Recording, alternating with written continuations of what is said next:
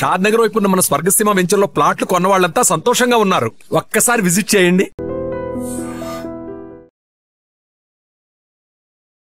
కర్ణాటక తీర పట్టణం గోకర్ణ సమీపంలోని అటవీ ప్రాంతంలో ఒక గుహలో రహస్యంగా రష్యా మహిళ ఒకరు జీవిస్తున్నారు. ఆమెతో పాటు తన 2 ఆడపిల్లలతో కూడా ఆమె అక్కడ గత కొన్నేళ్లుగా ఉంటుందంట.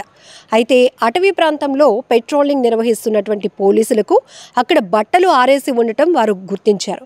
ఇదేంటి, ఇంత అటవీ ప్రాంతంలో గుహకు దగ్గరగా బట్టలు ఆరేసి ఉన్నాయి, ఇక్కడ ఎవరైనా ఉంటున్నారా, ఏదైనా జరిగిందా అనే అనుమానంతో గుహలోనికి వెళ్ళి చూసేటప్పటికి ఒక మహిళ, అది కూడా రష్యా మహిళ, అక్కడ 2 పిల్లలతో పాటు ఉండటాన్ని పోలీసులు గుర్తించారు. ఆమె మానసిక పరిస్థితి బాగానే ఉందా అనేది మొదట పోలీసులకు కూడా అనుమానం కలిగింది.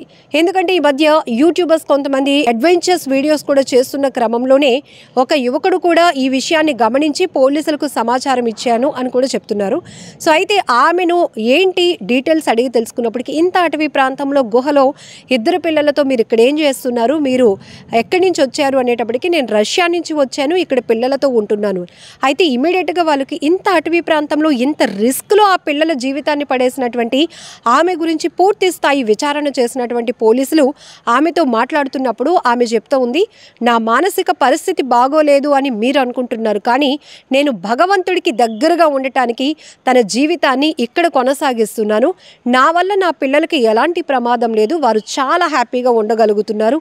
ఇక్కడ దగ్గరలో ఉన్న జలపాతాల సవ్వళ్ళు కావచ్చు, అలాగే ఇక్కడ ప్రకృతి రమణీయత, ఈ అందం నా పిల్లలు బాగా ఆస్వాదిస్తున్నారు, చాలా చక్కగా ఉన్నారు.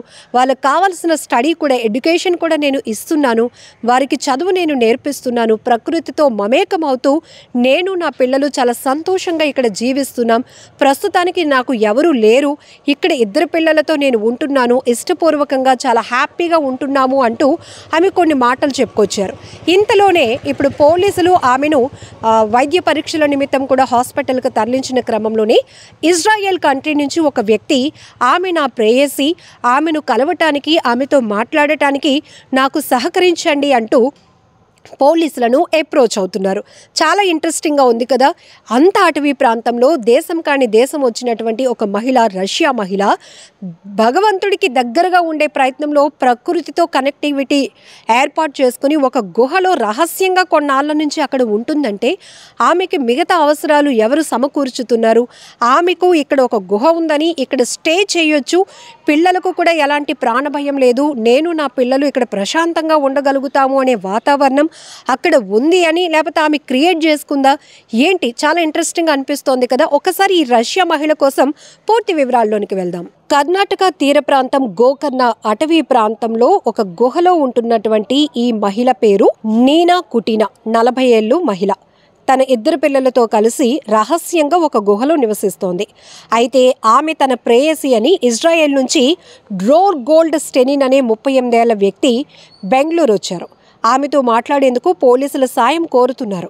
అయితే ఏంటి అసలు ఇప్పటి వరకు తనకు ఎవరూ లేరు, ఇక్కడ నేను భగవంతుడికి దగ్గరగా ఉండాలి అనే ఉద్దేశంతో ప్రకృతితో కనెక్ట్ అవుతూ ఇక్కడ నా పిల్లలతో ఉంటున్నాను అని చెప్తున్నటువంటి ఈ రష్యా మహిళ కుటీనాకు సంబంధించి ఇప్పుడు ఈ వ్యక్తి ఎందుకు ఇంత ఇంట్రెస్ట్ చూపిస్తున్నారు, ఆమె తన ప్రేయసి అని ఎందుకు అంటున్నారు, డీటెయిల్స్లో చూద్దామా. గోవాలో ఇద్దరం ఒకే కంపెనీలో పనిచేసాం, అప్పుడే ప్రేమించుకున్నాం, 2 కుమార్తెలు జన్మించిన తర్వాత కలిసే ఉన్నాం. కానీ గత ఏడాది పనిపై ఇజ్రాయెల్కి వెళ్ళాను. తరచూ ఫోన్లో మాట్లాడుకునే వాళ్ళం. ఉన్నట్టుండి మార్చి నుంచి నేనా ఫోన్కు స్పందించడం మానేసింది. ఈ విషయంపై పణజీ పోలీసులకు కూడా ఆన్లైన్లో నేను కంప్లైంట్ ఇచ్చాను. కానీ ఇటీవల గుహలో రహస్యంగా ఉన్న ఆమెను, పిల్లల్ని పోలీసులు రక్షించారని తెలిసి వెంటనే ఇక్కడికి వచ్చాను అని పోలీసులకు చెప్పారు ఆయన. కుటుంబ నిర్వహణకు ప్రతి నెల 3.5 లక్షలు పంపిస్తున్నాను అని కూడా చెప్తున్నారు. ఆమె తరచూ ప్రకృతి మధ్యలోనే పిల్లలు పెంచాలని అనేది, అందుకే అడవిలోనికి వెళ్ళి ఉండొచ్చు అని కూడా చెప్తున్నారు. ఓ రష్యన్ మహిళ తనతో పాటు 2 పిల్లల ప్రాణాలను ప్రమాదంలో పడేసుకుంది. కొన్నేళ్ల క్రితం రష్యా నుంచి వచ్చినటువంటి ఈమె ఇప్పుడు గోకర్ణలోని అటవీలో మారుమూల గుహలో ఏకాంతంగా జీవిస్తోంది. అదృష్టవశాత్తు పెట్రోలింగ్ చేస్తున్నటువంటి పోలీసులకు అడవిలో బట్టలు కనిపించడం వల్ల చుట్టూ తనిఖీ కూడా చేశారు. ఇప్పుడు ఈ మహిళ ఒక్కరే ఇక్కడ రహస్యంగా ఉంటున్నారని పోలీసులు గుర్తించారు.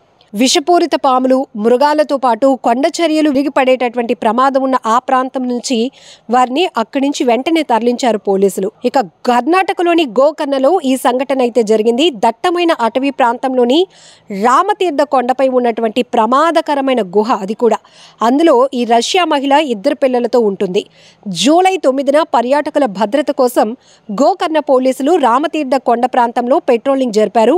ఆ సమయంలోనే ఈ రష్యా మహిళను గుర్తించారు పోలీసులు. కాగా రష్యా మహిళను 40 ఏళ్ల నేనా కుటీనా, 2 కుమార్తెలను 6 ఏళ్లు ఉన్నటువంటి ప్రేమ, 4 ఏళ్లు అమాగా కూడా పోలీసులు గుర్తించారు. ఆమెను ప్రశ్నిస్తే గోవా నుంచి ఇక్కడికి వచ్చారని, గుహలో ఆధ్యాత్మిక జీవితం గడుపుతున్నారని చెప్పుకొచ్చింది. పాస్పోర్ట్, వీసా పత్రాలు ఆ గుహలో ఎక్కడో పోయాయని అంటోంది. అయితే ఆ ప్రాంతం ప్రమాదకరమని పోలీసులు ఆమెకు చెప్పారు. రష్యా మహిళ అభ్యర్థన మేరకు బంకికోడ్ల గ్రామంలోని మహిళా సన్యాసి యోగరత్న సరస్వతి ఆశ్రమానికి తొలుతైతే వారిని తరలించారు. మరోవైపు గోకర్ణ పోలీసులు, అటవీ శాఖ అధికారులు కలిసి ఆ గుహలో సోదాలు కూడా చేయగా రష్యా మహిళ పాస్పోర్ట్, వీసా పత్రాలు కనిపించాయి. 2017 ఏప్రిల్ 17 వరకు గడువున్నటువంటి బిజినెస్ వీసాపై నేనా ఇండియాకు వచ్చినట్టు వాటి ద్వారా గుర్తించారు పోలీసులు. 2018 ఏప్రిల్ 19న గోవాలోని విదేశీ కార్యాలయం భారత్ నుంచి వెళ్లిపోవాలని ఆమెకు చెప్పింది. దీంతో నేపాల్ వెళ్లిన రష్యా మహిళ అదే సంవత్సరం సెప్టెంబర్ 8న తిరిగి భారత్కు వచ్చినట్టు ఆమె రికార్డుల ద్వారా పోలీసులు తెలుసుకున్నారు. కాగా వీసా నిబంధనల ఉల్లంఘన నేపథ్యంలో రష్యా మహిళ, ఆమె 2 కుమార్తెలను కార్వార్లోని మహిళా రిసెప్షన్ సెంటర్ కు పోలీసులు తరలించారు. వారిని రష్యాకు తిరిగి పంపేందుకు బెంగళూరులోని విదేశీయుల ప్రాంతీయ రిజిస్ట్రేషన్ కార్యాలయాన్ని సంప్రదించినట్లు ఉత్తర కన్నడ పోలీసు అధికారి వెల్లడించారు.